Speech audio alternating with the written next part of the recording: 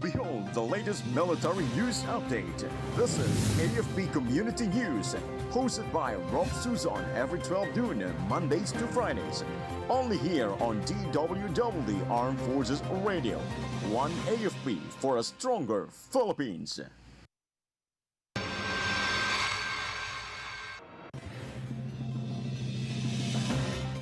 Mogpog in Marinduque declares stable internal peace and security.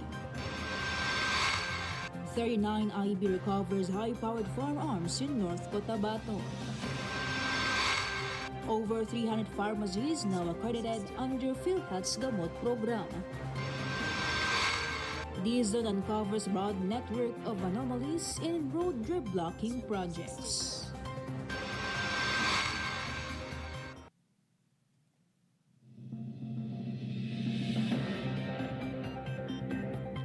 Hello to everyone, especially to work groups at Camp Emilio Aguinaldo, Quezon City.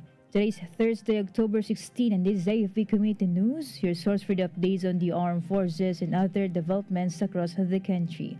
I am Prof. Susan Abay, here to bring you today's stories. DWDD Armed Forces News. For the brief overview of our news, the municipality of Mogpog, Marinduque successfully declared stable internal peace and security. Mayor Senen Livelio Jr., together with the 85th Infantry Battalion, led the momentous event. Provincial officials attended to express their full support for the peace initiative. The declaration highlights the strong collaboration between the government and security forces toward a safer and more progressive community.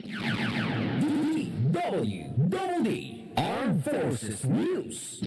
Troops of the 39 Infantry Battalion recovered two M16 rifles during a focused military operation in Sitio Lacobe, Barangay Malabuan, Makilala, North Cotabato. The recovered firearms were believed to have belonged to the dismantled guerrilla front Alip of the far South Mindanao region and were abandoned in 2020. The operation was based on intelligence efforts and information from local residents, showcasing strong community cooperation. 39 IB Commander Lieutenant Colonel Hector Estolas lauded the troops and local support, emphasizing continued unity and urging remaining rebels to surrender and live peacefully. Armed Forces Radio. And now some information from CATH about TOG-1 provides support services for Black Hawk training operations. Yes, Rolf, good noon. Tactical Operations Group 1 provided aerodrome and gassing up services to an S-70I Black Hawk helicopter with tail number 359 at Luwag International Airport, Ilocos Norte. The aircraft was prepositioned at the 4th Mechanized Brigade for the sling load and cargo net operations training led by the Northern Luzon Command. The activity aimed to enhance troop capability in air mobility and logistic operations. TOG-1 reaffirmed its support for joint training initiatives that strengthen interagency coordination and operational readiness. This is Kat reporting for AFP Community News, one AFP for a stronger Philippines. Thank you so much, Kath. DWDD National News. For our national news, the Department of the Interior local government urged all local government units to enhance their preparedness measures following a series of strong earthquakes across the country. The agency emphasized the importance of swift and proactive local action to protect lives and infrastructure during disasters. The ILG directed LGUs to ensure that emergency protocols, evacuation plans, and response systems are updated and functional at all times. It also encouraged regular community education campaigns and earthquake and tsunami drills to raise public awareness and readiness, especially in coastal areas. DWDD National News. The Department of Labor and Employment will provide emergency employment to 5,450 individuals affected by last week's strong earthquakes in the Davao region. Dollar Region 11 Director Randolph Pensoy said over 28 million pesos has been allocated under the Tulong Panghanap Buhay sa Ating Disadvantaged or Displaced Workers or TUPAD program to support quake-hit communities. Most beneficiaries will come from Manay, Davao Oriental, the hardest hit area, and will help in clearing and waste management operations for 10 days starting October 13. Pensoy said the initiative aims to provide temporary income and livelihood while helping restore the affected communities. Let us hear more from Aljoya First Year about NIA turns over 16.4 million pesos solar-powered system to Fifth ID. Yes, ROF, the National Irrigation Administration, formally turned over a newly constructed 15-horsepower solar submersible pumping system to the 5th Infantry Division at 5th Signal Battalion Multipurpose Hall. The turnover was led by Engineer Edison El Tolentino, Division Manager A of National Irrigation Administration Isabela Irrigation Management Office, who officially handed over the project documents to 5th Infantry Division. The system, which has a total project cost of 16,437,418 pesos and 57 cents, is now fully operational and ready for use. Powered by 32 solar panels, the pumping system is designed to support the division's livelihood and agricultural initiatives within the camp, advancing sustainable energy use and food self-sufficiency. During the ceremony, Brigadier General Romualdo Raymond B. Landingin, Assistant Division Commander of 5th Infantry Division, emphasized the broader impact of the project. Meanwhile, Engineer Edison El Tolentino shared that there are more projects in the pipeline tailored to support the needs of the 5th Infantry Division. The turnover symbolizes the strong collaboration between National Irrigation Administration Region 2 and Philippine Army in promoting renewable energy, environmental responsibility, and community development within military installations. The 5th Infantry Division expressed its gratitude to National Irrigation Administration Region 2 for the partnership that turned a shared vision into a sustainable and lasting contribution to both agriculture and national service. This is Melja Nesho Oroco reporting for AFP Community News. One AFP for stronger Philippines. Thank you, Maljoya First Year G. DWDD National News. Illegal online gambling in the Philippines dropped by 93% from the second to the third quarter of 2025, according to cybersecurity firms Goglook and Whoscall. CICC Acting Executive Director Aboy Paraiso credited the decline to strong coordination among government agencies, law enforcement, and private partners. He noted that foreign investors are now hesitant to engage in illegal gambling due to the country's stricter regulations. To strengthen anti-cybercrime efforts, the CICC also announced plans to establish a digital forensics training center in Baguio City for law enforcement personnel.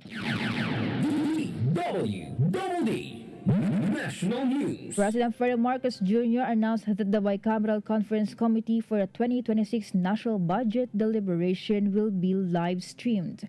The Bicameral Conference Committee is widely suspected of being a source of corruption after last-minute changes to the national budget were allegedly made during the closed-door meeting. Marcos said he has an agreement with the Senate President and Speaker to live-stream the entire process. He explained this way: if there are questionable insertions or additions, it will also be clear who made those changes or who proposed those changes. The President said there is also no longer a small committee making large changes. More updates from Leonor. General Luna in Quezon marks second anniversary of stable internal peace and security. The municipality of General Luna, Quezon successfully celebrated the second anniversary of a stable internal peace and security. The event featured the signing of a memorandum of agreement symbolizing the unity of the local government, armed forces of the Philippines, Philippine National Police, and other government agencies. The agreement aims to sustain peace, security, and development in the municipality. Government agencies continue to strengthen the cooperation toward a building safer and more progressive community. This is Leonor Tarap reporting for AFP Community News, One AFP for Stronger Philippines. Thank you so much, Leonor. DWDD National News. House Speaker Faustino D. III has expressed his full backing to the proposed live stream of the Bicameral Conference Committee meetings on the proposed 6.793 trillion pesos national budget for 2026. Dee said that was what they have wanted ever since he was elected as Speaker. He also expressed his commitment for accountability and transparency in the budget for next year. The proposal was meant to dispel long-standing suspicions of insertions during the final stages of the budget process. The bicameral hearings are jointly held by select House members and senators. DWDD National News. On the other hand, the Philippine Health Insurance Corporation said more than 300 pharmacies nationwide have been accredited under the Guaranteed Access to Medicines for Outpatients and Treatment or GAMOT program. PhilHealth President and Chief Executive Officer Edwin Mercado that as of September 30, 304 pharmacies are accredited nationwide. 56 of these are in Metro Manila. Mercado explained that the pharmacy chains initially took a wait-and-see approach, but now that they have experienced the program, they are already in talks with PhilHealth to have their branches accredited. Armed Forces Radio. On the other line, let's hear more from Jim Boy about Army, Police, and LGU conduct committee dialogue with Mangyan Iraya tribe in Occidental Mindoro. Troops from the 1st Company's 2nd Civil Military Operation Battalion and 76th Infantry Battalion conducted a community dialogue with the Repungpungan Amaya Iraya Pang-Abra o RAIPA in Sitio Kapihan, Occidental Mindoro yesterday. This was its partnership with the Barangay San Vicente Local Government Unit, Abra, the Ilog Police, and NGOs Hosea. The activity aimed to address issues affecting the Mangyan Iraya community, including ancestral land concern and cultural preservation, while also providing foods assistance to RAIPA member from 10 barangays. Tribal leader expressed gratitude to the Army and Police for their continued engagement and support in bringing their concern to local authorities. This is Jimboy reporting for AFP Community News. One AFP for stronger Philippines. Thank you so much, Jimboy.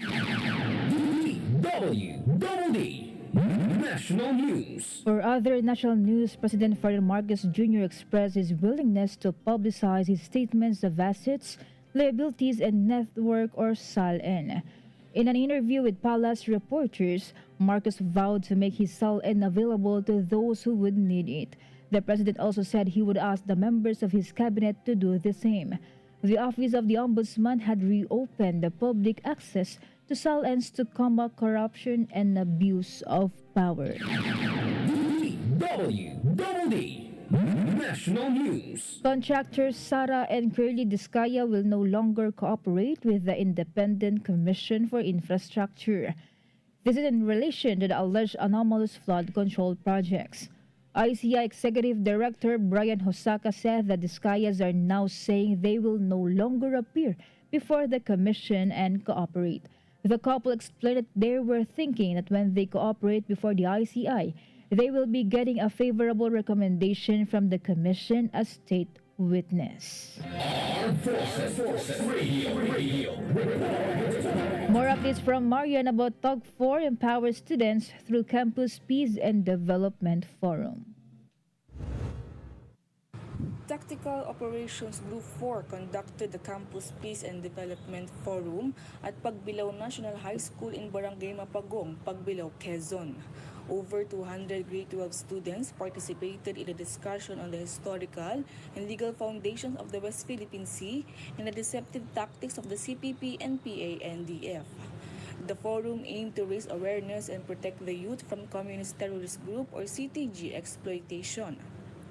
It also encouraged students to take an active role in promoting peace and nation building. This is Marian reporting for AFP Community News, 1 AFP for stronger Philippines. Thank you so much, Marian. DWDD National News. The Department of Public Works and Highways and the Insurance Commission signed a deal to fast-track the government's retrieval of performance and surety bonds of contracts linked to anomalous flood control projects. Public Works Secretary Vince Dizon and Insurance Commissioner Reynaldo Regalado signed a memorandum of agreement to establish a data sharing framework. This will enable closer monitoring, validation, and enforcement of bonds and surety bonds required in all government procurement of projects. Dizon said the government can claim up to 30% of the contract value of projects found to be anomalous. DWDD National News. Department of Public Works and Highways Secretary Vince Dizon vowed to dismiss district engineers and contractors involved in irregular road reblocking and flood control projects. The agency's investigation uncovers a broader network of anomalies nationwide. Dizon said several district engineers may face dismissal for defying the department's indefinite suspension of road reblock activities. The DPWH chief said many are not following the rules, and that will definitely serve as a basis for removing other district engineers who failed to comply. The suspension order was issued after reports surfaced of contractors profiting from unnecessary repairs, including tearing up newly paved roads under the guise of preventive maintenance. Armed Forces Radio. From our report on the ground, let's hear the report of Spencer about 17th IB DSWD Region 2 lead inauguration of upgraded barangay road in Cagayan. ROF, the 17th Infantry Battalion, and the Department of Social Welfare and Development Region 2 led the inauguration of the upgraded Nanggilitan Main Barangay Road in Barangay Nanggilitan, Peña Blanca, Cagayan. The event was attended by Mayor Marilyn Julia Tanginod, representatives from the Kalahi CIDSS, the local government unit, Municipal Social Welfare and Development Office, Philippine National Police, and barangay officials. The project aims to enhance accessibility, transportation, and livelihood opportunities for residents in the area. The 17 IB continues to work with local sectors to promote peace, order, and sustainable development across the Cagayan Valley. This is Spencer, reporting for AFP Community News. One AFP for a stronger Philippines. Thank you, Spencer. DWDD National News. President Fred Marcos Jr. expressed confidence that important sectors of the society were still supportive of his government. This is amid talks that a group considered instigating a coup plot against him. In a press conference with palace reporters, Marcos emphasized that the administration is on solid ground. He added that the important sectors of society are still very supportive of his administration. DWDD National News. Senator Bong Aquino renewed his push for the construction of more resilient classrooms and schools nationwide. This came after the devastation brought by the series of typhoons and earthquakes that struck the country. Aquino, who leads the Senate Committee on Basic Education, said it is important to take action now that the classroom budget and the education budget are being tackled by the Congress. He then emphasized the importance for the government to protect the children from floods, earthquakes, and typhoons, adding that schools must be climate resilient. The senator also insists that schools must be funded correctly, at the right price, at the right amount, and in a timely manner. DWDD National News. Egg supply in the country is tightening ahead of the holiday season. According to the Philippine Egg Board Association, this is caused by lower production and the quality of chicken feeds. PEBA President Francis Uyehara said that the reasons for the slight increase are various diseases aside from bird flu and the problem with the quality of the raw materials they use for the feeds. This resulted in a temporary shortage of chicks. Egg dealers are now finding ways to ensure they have enough stock. DWDD Armed Forces News. And that concludes today's broadcast, and thank you for tuning in, especially to our audience on AFP Radio, DWDD's Facebook page.